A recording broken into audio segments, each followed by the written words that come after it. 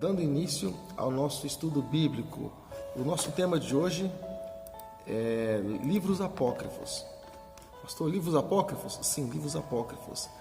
E, irmãos, aqueles que estão conosco constantemente, eles sabem que nós temos um hábito, né? Aqueles que estão conosco constantemente, eles sabem que antes de nós abordarmos qualquer tipo de assunto e qualquer natureza, qualquer direção, primeiro, o que nós fazemos? Nós vamos explicar o que significa, por exemplo, se vamos falar sobre livros apócrifos, vamos explicar exatamente o que significa livros apócrifos.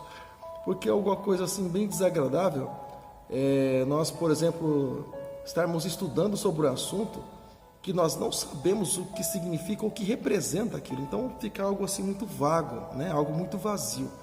Então, primeira coisa, se vamos estudar sobre livros apócrifos, nós precisamos saber exatamente o que significa apócrifos, né? O que são livros apócrifos. Bom, livros, todos sabem o que significa livro, né? Como estamos falando a respeito da Bíblia, né?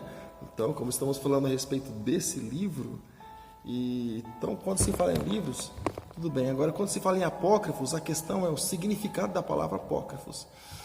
Então, apócrifo, eu vou só ler para você algo aqui relacionado ao apócrifo, poderia traduzir com duas palavras, né? Mas eu gostaria de estar dando introdução e usando isso como introdução para esse assunto, né? Então, na realidade, o sentido da palavra apócrifo reflete ali, né, em um problema que se manifesta em duas concepções. Quando se fala a respeito de canon, nós vamos falar um pouco também a respeito do canon, né? Do canon. Então, no grego, a palavra apócrifo significa oculto, ou significa também difícil de entender, né? Existe também o significado dela, qual foi dado posteriormente, e também na época de Irineu, né? Na época também de Jerônimo, isso por volta dos séculos 3 e dos séculos 4, né? Ali os livros que não eram foram introduzidos ali no canon do Antigo Testamento.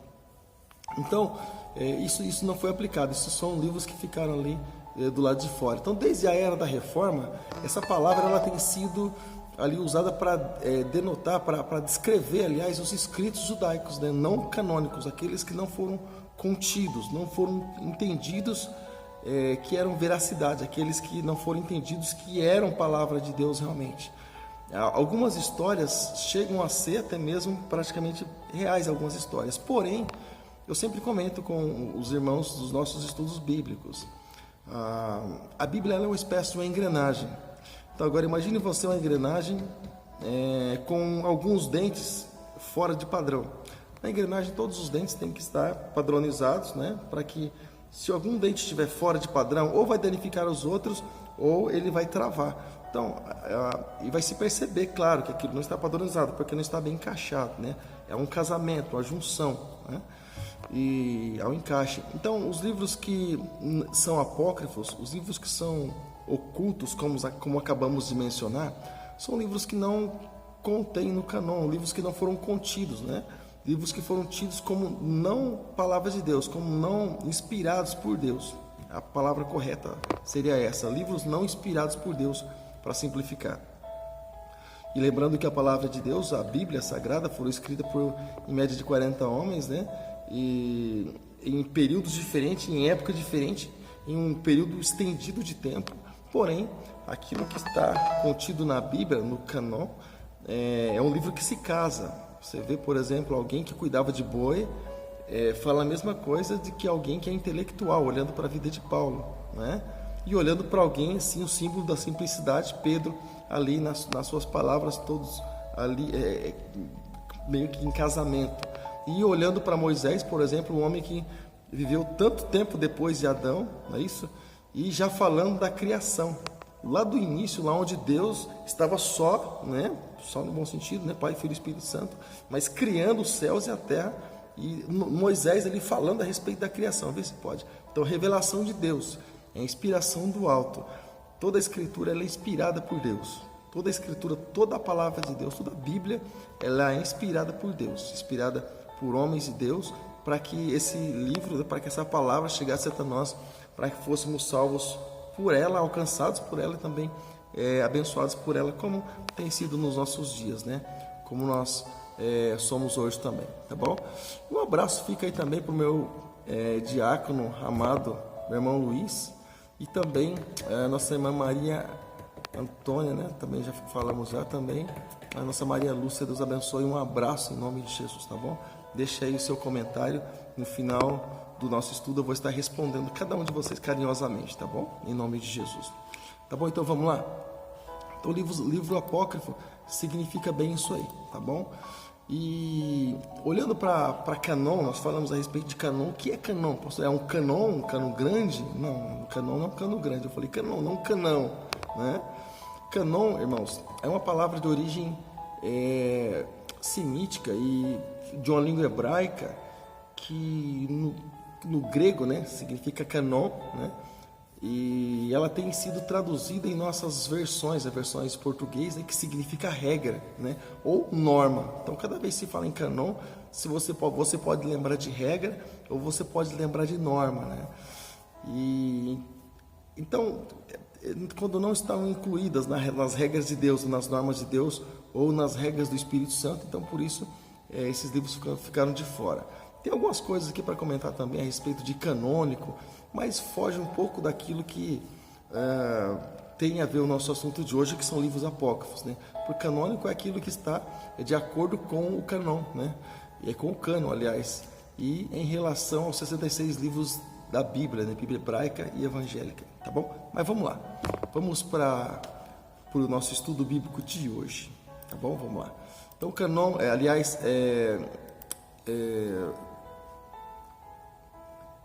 apócrifos, já descobrimos que significa oculto, não é isso? Apócrifo significa ocultos. Então, pastor, que oculto é esse? Por que é oculto, né? Por que esse livro não se revela assim?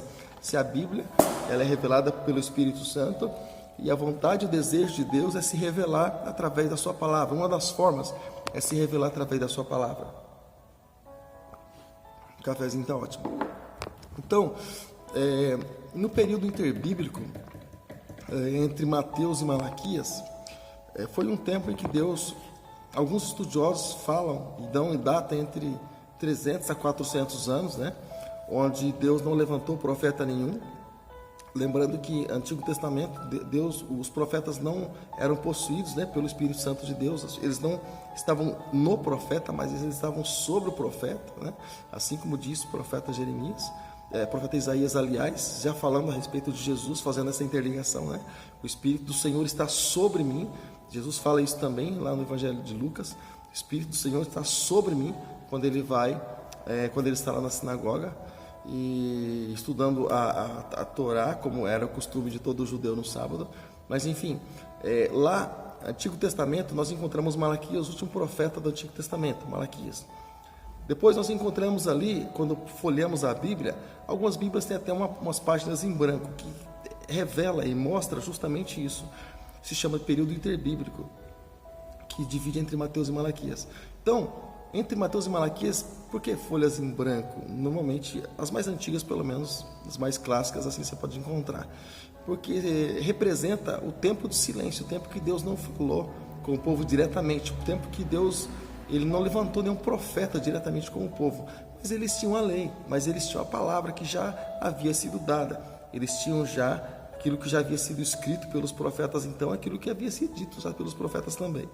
Então Deus não levantou profeta nenhum, porém já tinha dado todas as dicas de como viria o Messias, né?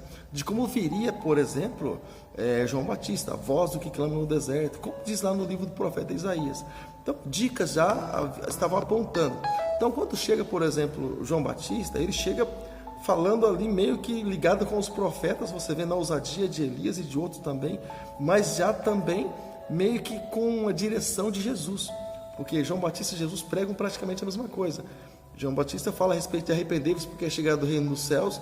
Jesus é uma das primeiras palavras que Jesus diz, né? O povo que estava ali, assentado, né, na beira da sombra da morte, ele já chega dizendo, arrependei-vos porque é chegado o reino dos céus.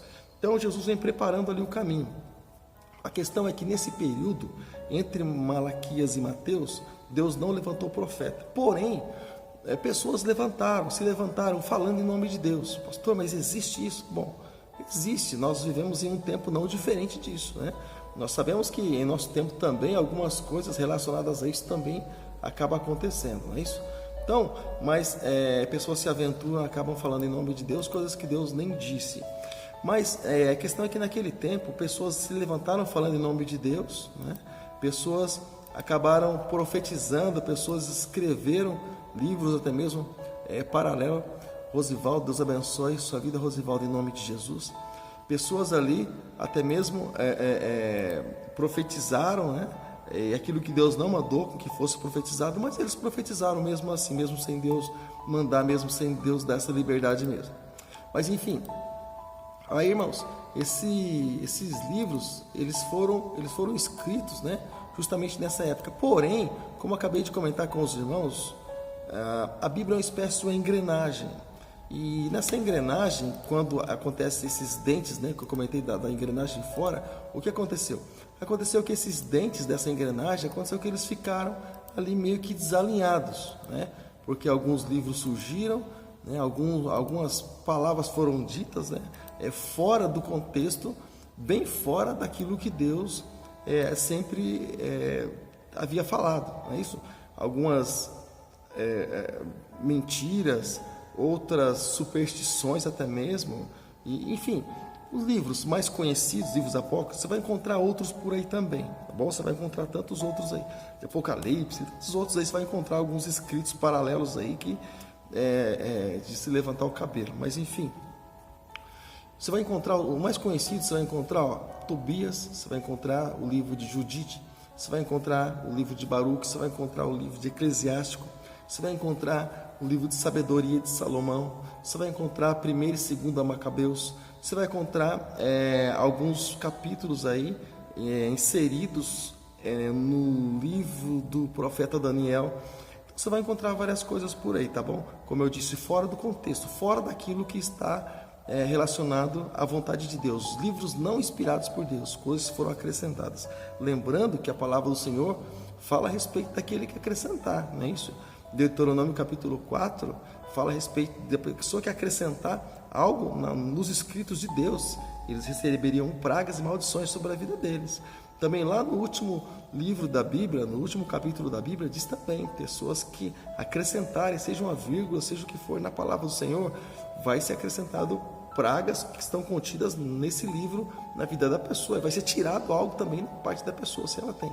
Então, você vê que é algo muito sério, não é isso?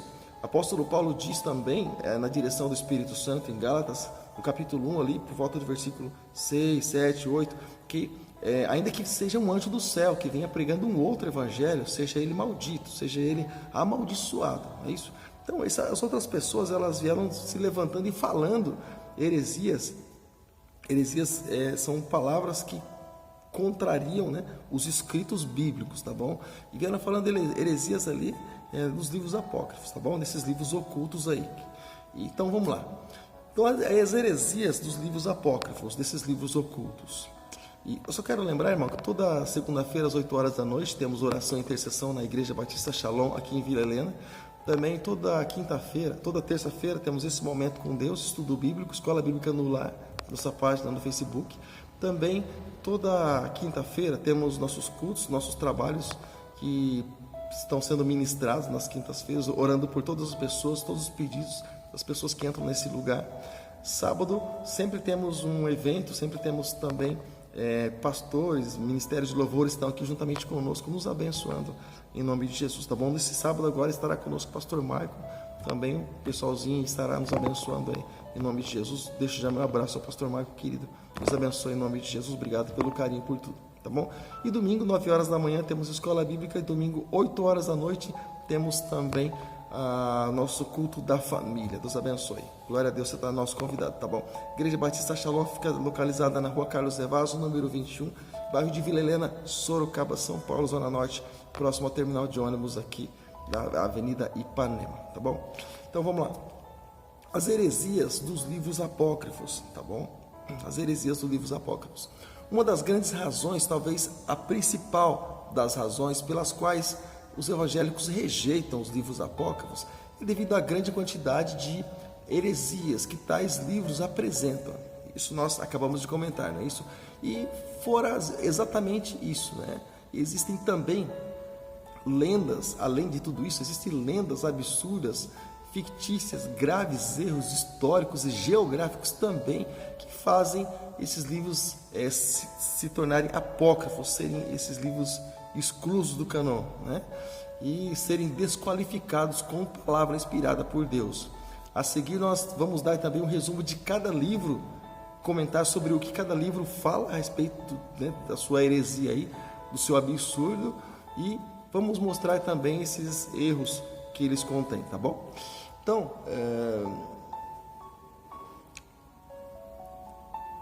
deixa eu mandar mais um abraço aqui para irmãos. Vamos lá. E Deus abençoe também a Joyce. Um abraço, Joyce.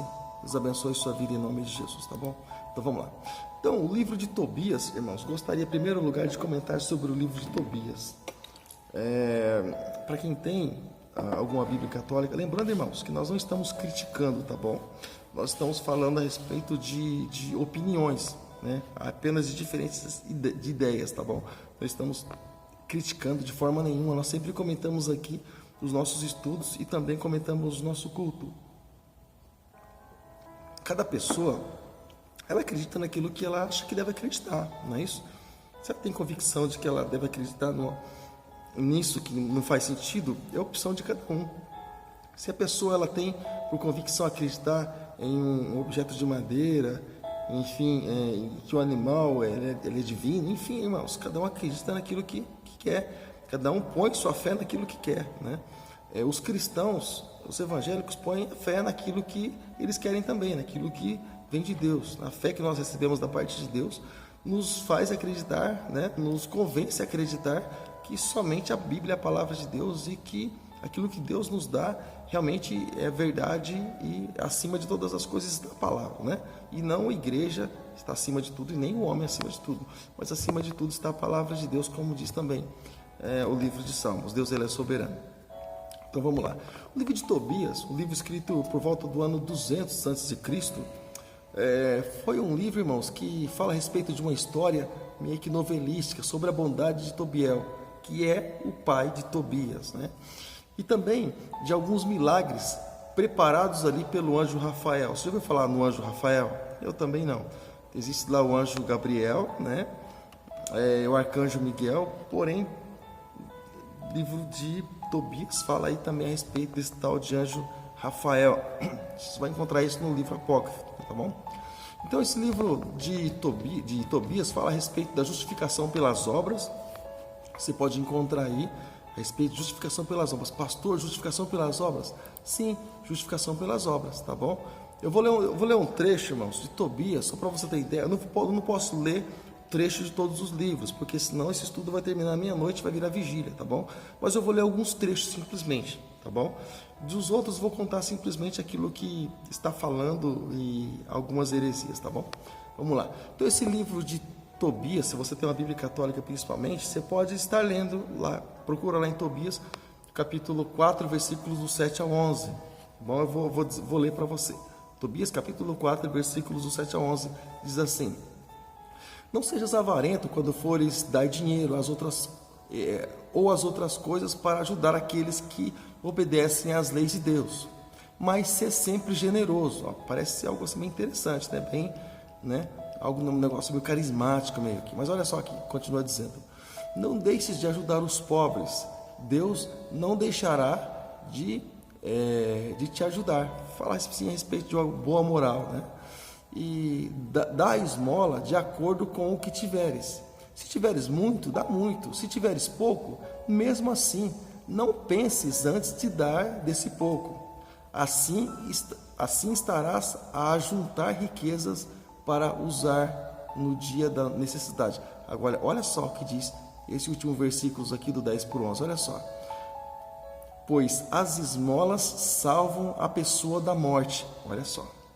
É algo sutil, né? Diz assim, olha, pois as esmolas salvam as pessoas da morte, né? E não deixe que ela vá para o mundo da escuridão. Ou seja, significa que se a pessoa não der esmola, a pessoa vai morrer e ela vai para a escuridão. A escuridão, ele está falando de inferno, né? Da pessoa se perder né? E como que o sangue de Jesus não valesse nada, não é isso? E como que aquilo que diz a carta aos Efésios, capítulo 2, versículo 8, também não se importasse, né? Não valesse nada. A Bíblia diz que nós não somos salvos pelas obras para que ninguém se glorie, né? Nós só somos salvos pela fé em Cristo Jesus. Então, você vê como fala a respeito de coisas assim absurdas. Olha, só vou ler mais uns trechos para você do livro de Tobias. Só vou ler mais um trecho só. Tenho 2 trechos, mas vou ler só mais um trecho para você, tá bom? Para a gente não prolongar muito. Tobias, capítulo 12, versículo 12. Abra aí na sua Bíblia, Tobias 12, 12. Diz assim: Tobite, quando tu e Sara orarem, fui eu quem levei as vossas orações até a presença gloriosa do Senhor. Fiz a mesma coisa, Tobite, quando tu enterravas os mortos. Olha só que interessante, irmãos. Olha só que interessante, guarda isso no teu coração. Tobite, quando tu e Sara orarem, quando vocês estiverem orando, os 2 personagens lá, Tobias dizendo aos 2 personagens, fui eu que levei as vossas orações até a presença gloriosa do Senhor. Você está falando de um intercessor, não é isso? Está falando de um intercessor. Então, quando eu olho para isso, eu olho também, eu sou obrigado a olhar para aquilo que está escrito em Atos dos Apóstolos, capítulo 4, também no versículo 12, que está escrito que não há... eu vou ler para você, nessa tradução bem clássica, porque ela... vou ler uma Bíblia pentecostal, numa tradução revista e corrigida, tá bom? E eu vou ler o que está escrito lá em Atos. Se você tiver sua Bíblia também, leia o que está escrito lá em Atos, capítulo 4, e também no versículo 12. Bom, Tobias está dizendo aqui que ele é intercessor, não é isso? E ele é que vai levar as orações ali até a presença gloriosa do Senhor. Parece um texto assim muito bonito, parece um texto assim meio com uma espécie de autoajuda, né? Mas vamos ver o que diz lá, Atos capítulo 4, versículo 12. Está escrito assim: em nenhum outro há salvação, porque também debaixo do céu nenhum outro nome dado há entre os homens pelo qual importa que sejamos salvos. Aqui falando a respeito do nome de Jesus. Então não é em Tobias, né, a salvação, mas ela vem ali diretamente do Senhor. Agora, olhando também, irmãos, para o Evangelho de João, no capítulo de número 3, João capítulo de número 3, a gente fica muito focado ali no versículo 16, né? Mas eu vou voltar um pouquinho, aqui antes do versículo 16, olha só. Aqui, João capítulo 3, versículo 12, para a gente pegar assim o contexto bem, para que os irmãos possam entender. João capítulo 3, verso 12, Evangelho, diz assim: se vos falei de... Aqui Jesus conversando com Nicodemos, tá bom? Se vos falei de coisas terrestres e não cresces, como cresces se vos falar de coisas celestiais? Ora, ninguém subiu ao céu, senão o que desceu do céu, o Filho do Homem que está no céu. Aqui Jesus falando a respeito dele, ou seja, nem Maria, nem Tobias, nem Pedro, nem João, nem Tiago. Jesus está falando dele. Ninguém subiu ao céu, não sei aquele que desceu do céu. Olha só que curioso que continua dizendo aqui. E como Moisés levantou a serpente no deserto, assim importa que o Filho do Homem seja levantado,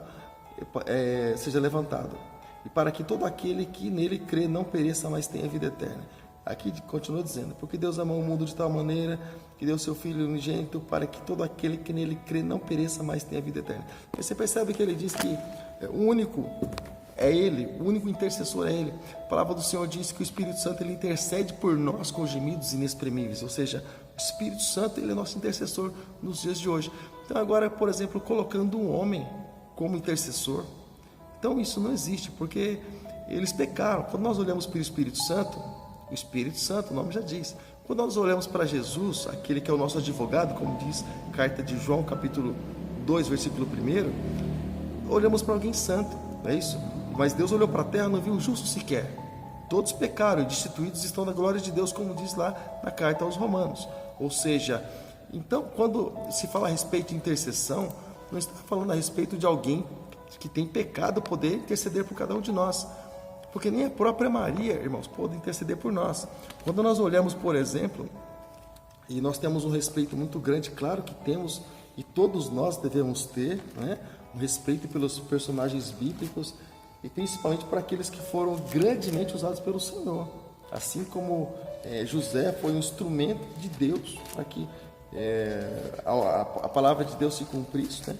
Mas Maria também foi um instrumento de Deus para que a palavra de Deus se cumprisse, foi uma serva de Deus. Porém, só isso, simplesmente isso. Jesus precisaria nascer do ventre de alguém, e foi do ventre de Maria, foi escolhida, simplesmente isso.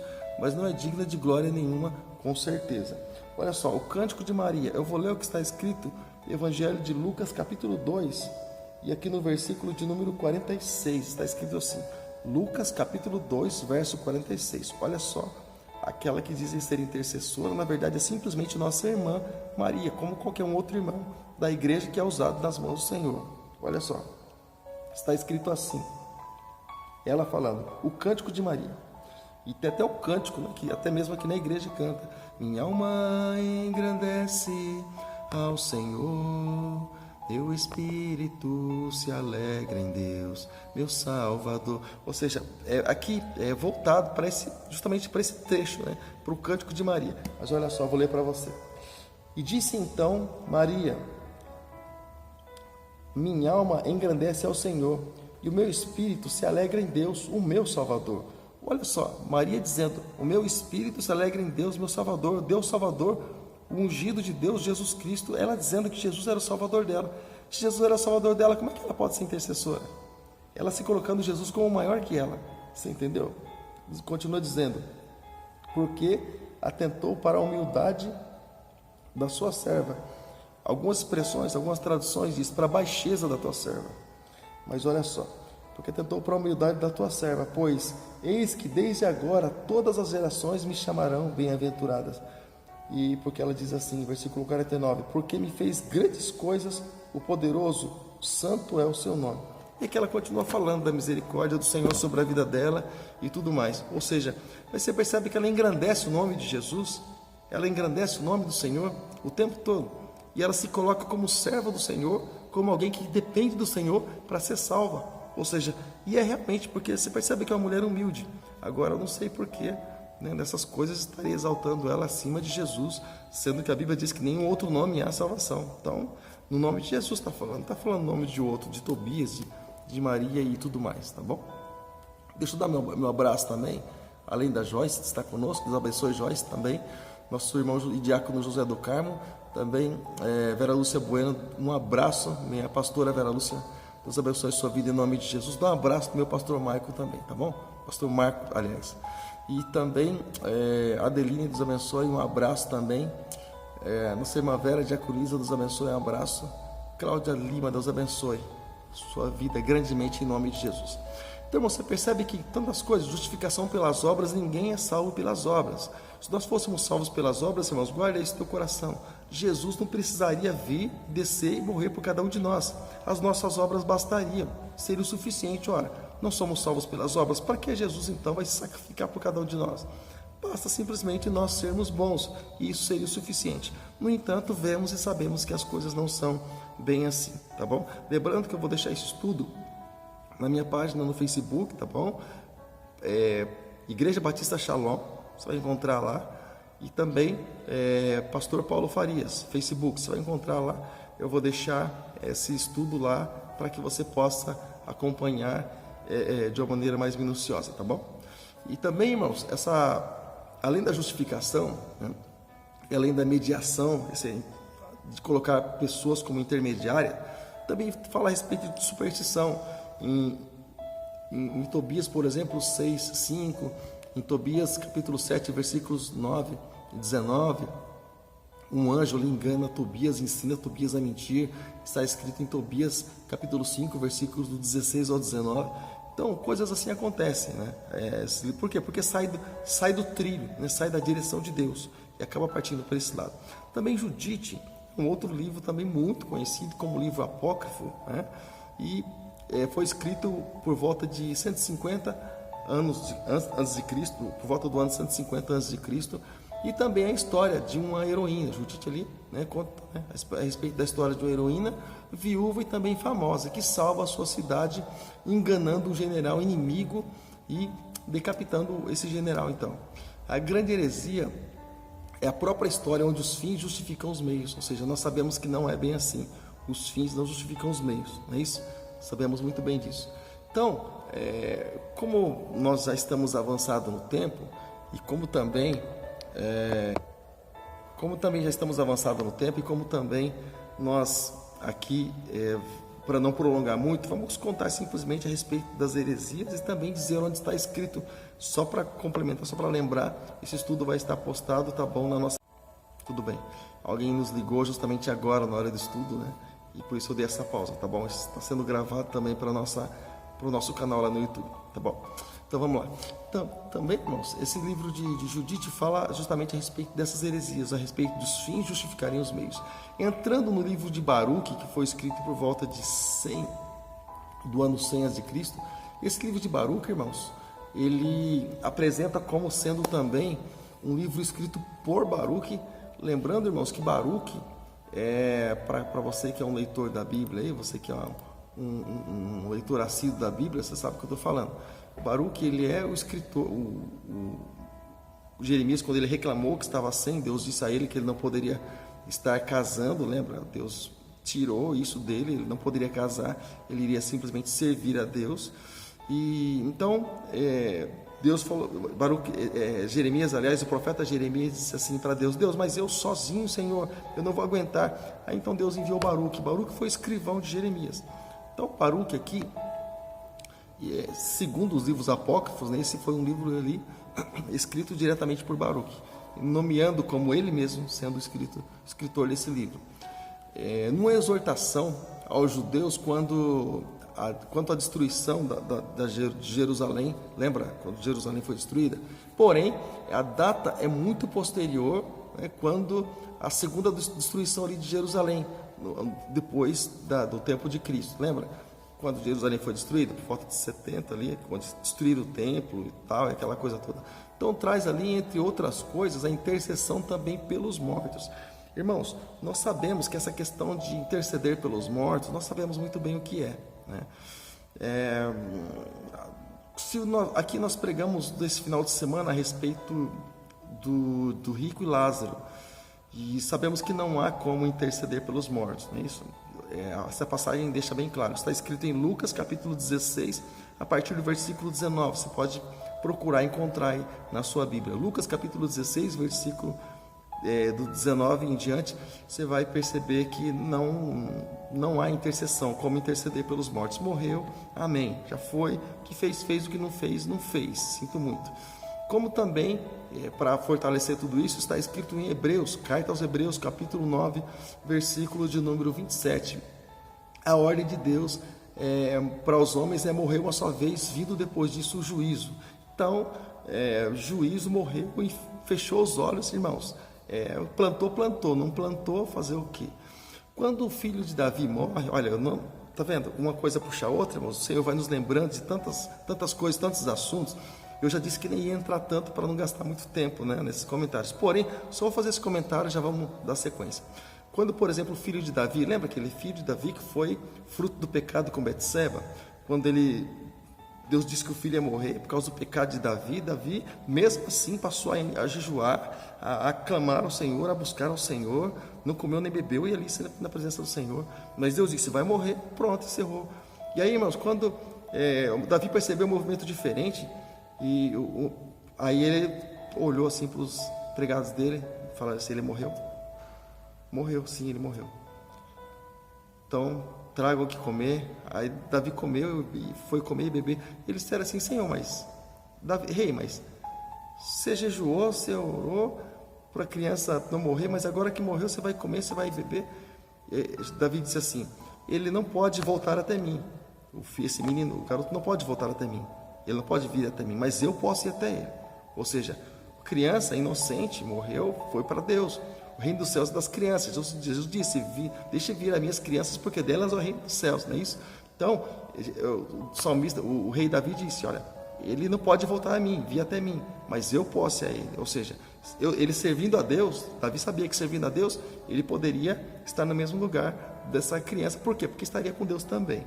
Então a gente percebe que não há esse retorno, e o próprio Deus condena isso no Antigo Testamento. Não vou entrar muito nessa questão não, então a gente vai gastar muito tempo nesse esse assunto aqui, tá bom? Mas então, o livro de Baruque também, infelizmente, fala dessa questão de intercessão pelos mortos, né?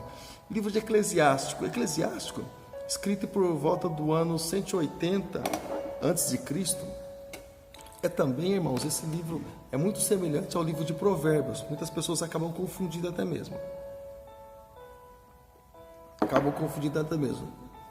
E só que nesse livro de Eclesiástico também há muitas heresias. Por exemplo, a justificação pelas obras, Eclesiásticos capítulo 3, versículos 33 e 34. Quero lembrar que esse estudo vai ficar gravado aí no Facebook, também no nosso canal no YouTube, também na nossa página. Esse estudo em texto vai ficar gravado aí, tá bom? Vai ficar registrado em letras aí para que você possa estudar, analisar direitinho para conferir essas verdades aí, tá bom? Então, em Eclesiastes capítulo 3, versículos 33 e 34, fala a respeito de justificação pelas obras. Lembra que nós já comentamos sobre Efésios capítulo 2, lembra? Versículo 8, que ninguém é justificado pelas obras para que ninguém se glorie, lembra? Então, fala a respeito do tratamento cruel também com relação aos escravos, irmãos. Então, esse tratamento aí com relação aos escravos, no livro de Eclesiástico, eu acabei, de certa forma, separando, né, um pouco a respeito disso, né, separei, porque eu achei assim muito cruel, irmãos, achei muito cruel. E diz assim, olha, Eclesiastes capítulo 3, verso 33, olha só o que está escrito, eu vou ler para você. A água apaga o fogo ardente, a esmola enfrenta o pecado. Olha só, você entendeu? É como se pudesse pagar o pecado com esmola, entendeu? Pelas obras. Agora, como está chovendo, começou a chover agora, e no salão aqui onde eu estou na igreja faz muito barulho. Se o barulho fica assim, muito alto, a chuva é muito forte, eu vou precisar interromper o estudo, espero que não tenha necessidade, tá bom? E semana que vem a gente volta, tá bom? E eu vou tentar conduzir até quando eu puder, tá bom? Em nome de Jesus. Então, Eclesiástico capítulo 33, versículos do 26 ao 30, diz assim: o escravo só trabalha quando é corrigido e só aspira ao repouso. Afrouxa-lhe a mão e ele buscará a liberdade. Olha o versículo 27. O jugo e a correia fazem dobrar o mais rígido pescoço. O trabalho contínuo torna o escravo dócil. Olha só que interessante. Para o escravo malévolo, a tortura e as peias manda-o para o trabalho para que ele não fique ocioso. Ou seja, então, irmão, você percebe que eu vou ler para você esse restinho, agora o versículo 29 do capítulo 33 de Eclesiástico. Olha só o peso de tudo isso, irmãos. Pois a ociosidade ensina muita malícia. Ocupa-o no trabalho, falando isso do escravo, ocupa-o no trabalho, pois é o que lhe convém. Se ele não obedecer, submete aos grilhões. Olha só que absurdo. Mas não cometas excesso. Olha, quer dizer, seja com quem for, não faças coisa alguma. Importante é sem ter refletido. Olha como é que interessante. Ocupa no trabalho, submete a grilhões, ou seja, então você percebe, irmãos, não vai entrar muito a fundo aqui, mas é algo assim muito, muito pesado, né? E fala aqui também sobre o tratamento. Em Eclesiásticos 42, versículo 5, diz que para golpear o escravo até sangrar, até as costas de um escravo ruim. Se ele é ruim, golpeia ele até ele sangrar. Eclesiastes capítulo 42, versículo 5. Então, é muito pesado assim, irmãos. Então, sendo que na verdade o Senhor, ele leia lá a carta que você vai encontrar quando o Senhor mesmo fala a respeito de escravo, né? A carta de Filemão, leia lá para você ver a respeito do tratamento de escravo, né? E Onésimo, né? Então, leia lá para você ver, depois você fala, tá bom? Fica um pouquinho antes de Hebreus, ali próximo de Tito, tá bom? Então, aí estão as heresias. Então, quando fala ali no livro de Eclesiástico também, incentiva, irmãos, o ódio aos samaritanos, lá no capítulo 50, a partir do versículo 27. Então, esse tratamento muito cruel, muito duro, né? O ódio tomando conta ali. Sabedoria de Salomão, que foi escrito aí por volta do ano 40 depois de Cristo, um livro escrito com finalidade exclusiva de lutar contra a incredulidade e também contra a idolatria, né? Do epicurismo, ou seja, a filosofia grega na era cristã. Então apresenta ali nesse livro, irmãos, o corpo como a prisão da alma. E a doutrina, essa doutrina estranha, essa doutrina bem diferenciada, que fala também sobre essa origem, né? A origem e o destino da alma. Salvação pela sabedoria. Ou seja, mais uma vez, dispensando o sacrifício de Jesus na cruz. E um livro muito conhecido, claro, Macabeus, primeiro livro de Macabeus, que foi escrito por volta do ano 100 a.C., ele descreve também a história de 3 irmãos, famílias dos Macabeus, que no chamado período interbíblico, nesse período que eu comentei com você, entre Mateus e Malaquias, você lembra lá, né? Que lutaram contra os inimigos. Está escrito, isso foi escrito, lembra, né? Por volta do ano, nesse período, tempo interbíblico aí, tá bom? E então, lutaram contra os inimigos dos judeus, visando ali a perseverança, né? Do povo aqui na terra. Segundo Macabeus, que também foi escrito por volta do ano 100 a.C., não é a continuação, não é a sequência, embora tenha o nome de Segunda Macabeus, não é a sequência de Primeira Macabeus, mas é um relato paralelo ali, cheio de lendas, cheio de prodígios de Judas Macabeu. Ele apresenta a oração pelos mortos também, e o culto ou a missa pelos mortos também. Lembra, o pessoal hoje faz missa de 7º dia e missa de 1 ano, lembra, o pessoal que já morreu e tal, aquela coisa toda. Então o próprio autor, ele não se julga inspirado, lá no capítulo 15 de 2 Macabeus, nem ele se julga inspirado. E a intercessão ali pelos santos também, em 2 Macabeus, capítulo 7, versículo 28, também no capítulo 15, versículo 14, você vai encontrar tudo isso, tá bem? E algumas adições, algumas coisas que foram adicionadas ali no livro de Daniel, né? Capítulo 13, a história de Susana, segundo a lenda, né? Segundo essa lenda, Daniel diz que salva Susana no julgamento fictício, baseado em falsos testemunhos, ou seja, foge do padrão de tudo aquilo que foi escrito já no livro de Daniel. É algo que é acrescentado, mas como que um corpo estranho, né? Não tem combinação nenhuma, né? E diz mais algumas coisas aí relacionadas à idolatria, tá bom? Tem também ali no capítulo 3, versículos 24 e tal, fala também a respeito do cântico dos 3 jovens na fornalha e coisas assim, né? Lendas e erros ali, heresias, histórias fictícias também, absurdos também escritos aí, tá bom? Então, irmãos, erros geográficos também, como acontece, nós vimos aí também. E também no livro de Tobias, né, a gente vê também a respeito da primeira pousada ali junto ao rio Tigre. Ele saiu ali, foi lavar os pés, saiu da água ali, um peixe monstruoso para o devorar, ali diante dele, né? E Tobias então, todo apavorado ali, clamou em alta voz, dizendo: Senhor, e ele lançou sobre mim. O homem lutando com peixe, irmãos, já viu isso? Né? O homem lutando com peixe. Então você vê que o negócio é bem fictício, a imaginação bem fértil, né? Então muitas coisas você vai encontrar assim, irmãos, nesses livros apócrifos, tá bom? Tem muitas outras questões, por exemplo, o fato de esses livros apócrifos, eles ensinarem também, irmãos, artes mágicas. Esses livros apócrifos também, eles ensinam feitiçarias, métodos, irmãos, de exorcismo. Tobias, por exemplo, capítulo 6, versículos 5 ao 9, diz assim, olha, então o anjo tira as entranhas, do peixe, né? E guarda ali, porque estas coisas serão úteis. Fala assim a respeito daquela sabe aquelas pessoas supersticiosas, né? Enfim, fala muitas coisas absurdas aí. Ensina também, como já falamos, a respeito das esmolas que são substituídas, né? Que substituem a própria salvação. Enfim, uma série de heresias, não é isso? E também, irmãos, ensina também, irmãos, que o tormento em que o justo está é o purgatório que ele purifica ali para entrar na imortalidade. Eu dei um tempinho para falar por causa dessa filosofia e essa crença, né? Essa doutrina do purgatório, irmãos. Hebreus capítulo 9, versículo 27. Ao homem está ordenado morrer uma só vez, vindo depois disso o juízo. Então não tem, irmãos, purgatório. Se morreu sem Deus, irmãos, sinto muito, sabe? Poxa, tem uma igreja quase em cada esquina, irmãos. Tem o Evangelho, tem a Bíblia Sagrada. É só ler e acreditar, irmãos. Obedecer o que está escrito aqui. Agora, dizer que a pessoa estava mais ou menos meia boca e acabou indo para o purgatório, segunda chance, Jesus nunca falou disso.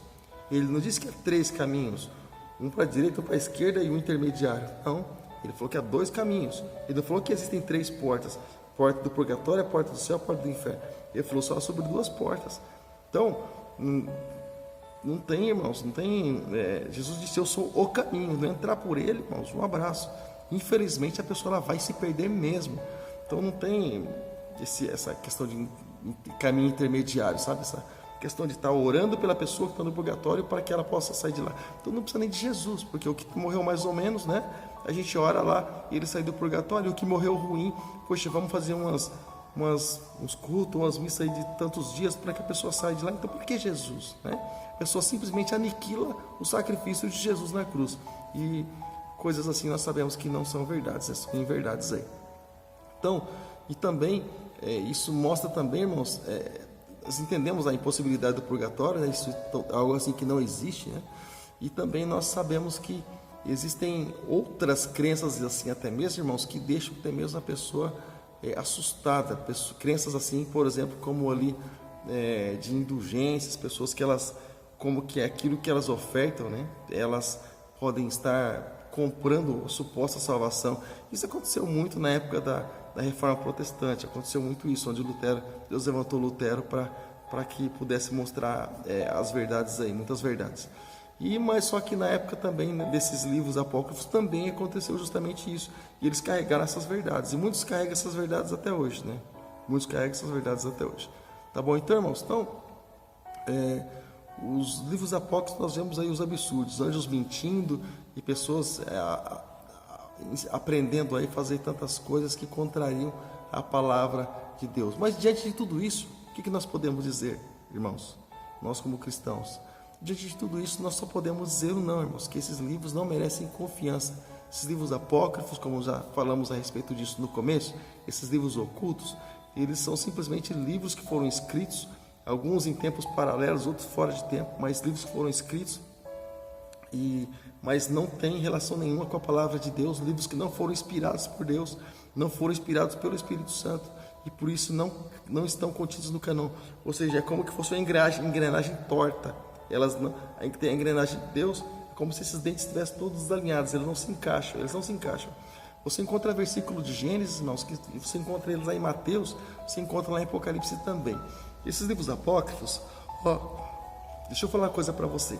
Os livros apócrifos, na Bíblia, deixa eu ensinar uma coisa para você. Talvez você saiba, você é um leitor da Bíblia, eu creio que você sabe.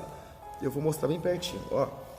Aqui nesses, entre um escrito e outro, existe um intervalo aqui, um espaço em branco.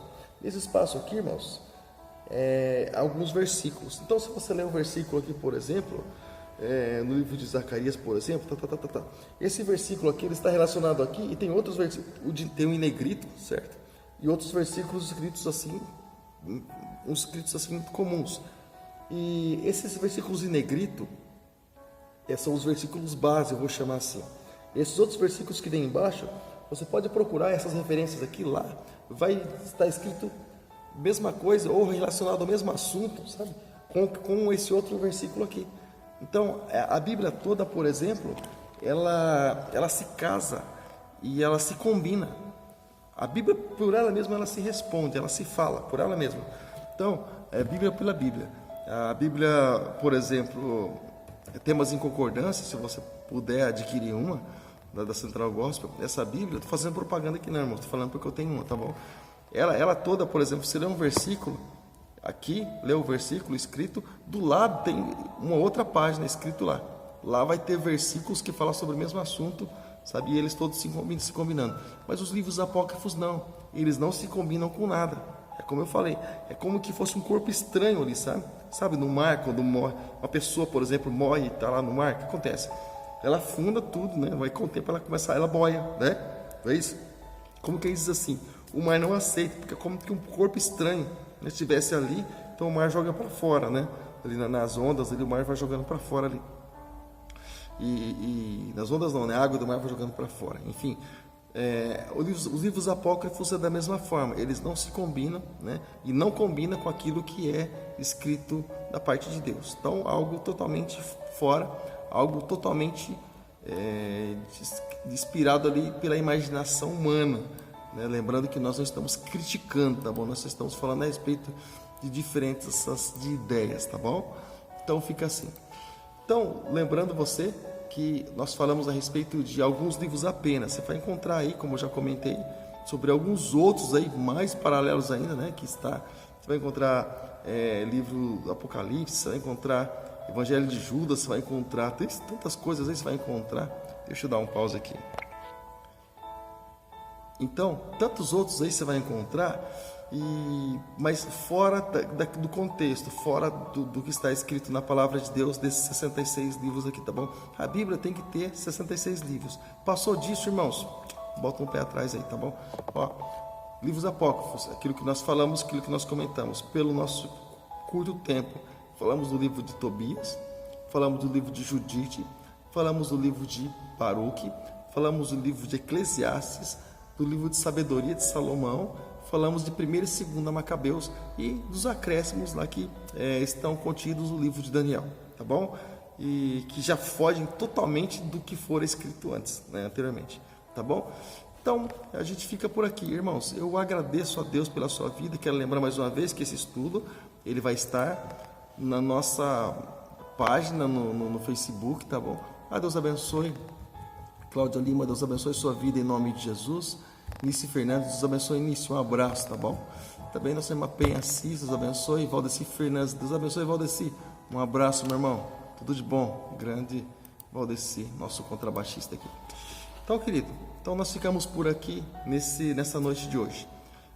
A minha intenção é esclarecer, como nós comentamos, o tempo nosso aqui é curto. O interessante seria, irmãos, nós cada terça-feira comentar sobre um livro apócrifo, entendeu? Explorar mais sobre esse livro, né? Sobre texto, contexto, nós íamos a fundo mesmo. Isso seria interessante. Isso já levaria, né, meses aí. Então, mas como nós temos um tempo sempre resumido, então nós reduzido, aliás, então nós fizemos simplesmente uma apanhada, meio que um panorâmica, um panorama, mais para os irmãos terem ideia do que são os livros apócrifos, né? Porém, se você realmente quiser que nós venhamos a explorar mais esse assunto, você pode deixar aí como sugestão no rodapé e no Facebook, tá bom? Deixa como sugestão aí, e para que nós venhamos a estudar, a passar para os irmãos, livro por livro, apócrifo, cada terça passaremos sobre um livro, e nós estaremos explorando da melhor forma possível ali à luz da palavra de Deus, sem problemas, tá bom? Isso foi só uma pincelada, então, para os irmãos terem ideia do que são livros apócrifos. E lembrando também que os irmãos são aqueles que dão sugestões dos nossos estudos bíblicos, tá bom? Semana que vem já tem outro assunto aí, por mais 2 semanas já temos mais assuntos, mas se for da vontade dos irmãos, coloca aí, Deus abençoe, levando sua vida em nome de Jesus. E também, se for desejo do teu coração, coloca aí no rodapé, coloca aí no comentário, pastor, aborda o assunto tal, tudo bem, eu vou colocar na sequência das terças-feiras que estão programadas aí já, tá bom? E aí então nós iremos estar abordando esse assunto aí que você tem e que você tem o desejo de estar recebendo mais informações sobre o assunto, tá bom, querido? Mas eu vou estudar aí na internet sobre os assuntos, irmãos, cuidado com alguns estudos, tá bom? Cuidado com alguns estudos, porque até mesmo para estudar, para buscar algum tipo de informação, nós precisamos ter base bíblica, tá bom? Precisamos ter ali uma estrutura, precisamos ter um certo conhecimento. Então, cuidado com pegar qualquer informação de qualquer lugar na visão de qualquer pessoa. Muitas pessoas, elas de uma maneira tendenciosa, né, misturam ali meio que mentira misturado com verdade, acaba enganando tantas outras pessoas tendenciosamente, algo mal, né? Uma maldade, muitas pessoas fazem isso, tá bom? Então, eu fico por aqui, lembrando que segunda-feira, 8 horas da noite, nossa oração e intercessão, toda terça-feira, às 8 horas da noite, temos esse momento com Deus, Escola Bíblica no Lar, onde nós levamos a Escola Bíblica na tua casa. Também quinta-feira temos nossos trabalhos de quinta-feira, nossas campanhas, nossos trabalhos. Estará um pastor pregando aqui nessa quinta-feira, e no sábado teremos um pastor amigo nosso também, um pastor de fora, de outra igreja, de outro ministério, que estará pregando nesse sábado próximo, tá bom? Domingo, 9 horas da manhã, normalmente temos nossa escola bíblica, e domingo, 7h30 da noite, normalmente temos o nosso culto da família. Nesse especial, nós teremos manhã de consagração e à noite, 7h30 da noite, teremos a ceia do Senhor. Você é o nosso convidado. Igreja Batista Shalom, Vila Helena, fica situada Rua Carlos Evaso, número 21, no bairro de Vila Helena, aqui na Zona Norte, próximo ao terminal de ônibus da Avenida Ipanema. Você é o meu convidado. Rua Carlos Evaso, número 21, eu te espero aqui, tá bom? Sou o pastor Paulo Farias, vou estar esperando você aqui para te dar um abraço, para nós juntos celebrarmos ao Senhor, em nome de Jesus, tá bom? Deus abençoe também, e um abraço aí para Kátia, Deus abençoe suas vidas em nome de Jesus, tá bom, querido? E fico por aqui, lembrando que você vai encontrar esse trabalho também fixado na nossa página no Facebook, mas você vai encontrar também esse trabalho aí no nosso canal no YouTube, tá bom? Assim que eu fizer a edição, eu vou estar compartilhando juntamente com você, tá bom? Para que você possa estar participando também, para você ver como é que ficou, tá bom, querido? Deus abençoe, amado. Um abraço, até mais, fica com Deus, fica na paz e até a quinta-feira aos irmãos que estarão no culto aqui e até a próxima terça-feira aos irmãos que estarão participando novamente do nosso estudo aqui às 8 horas da noite. Shalom, graça e paz, um abraço, até mais, fiquem com Deus, fiquem na paz do nosso Senhor e Salvador Jesus Cristo. Até mais.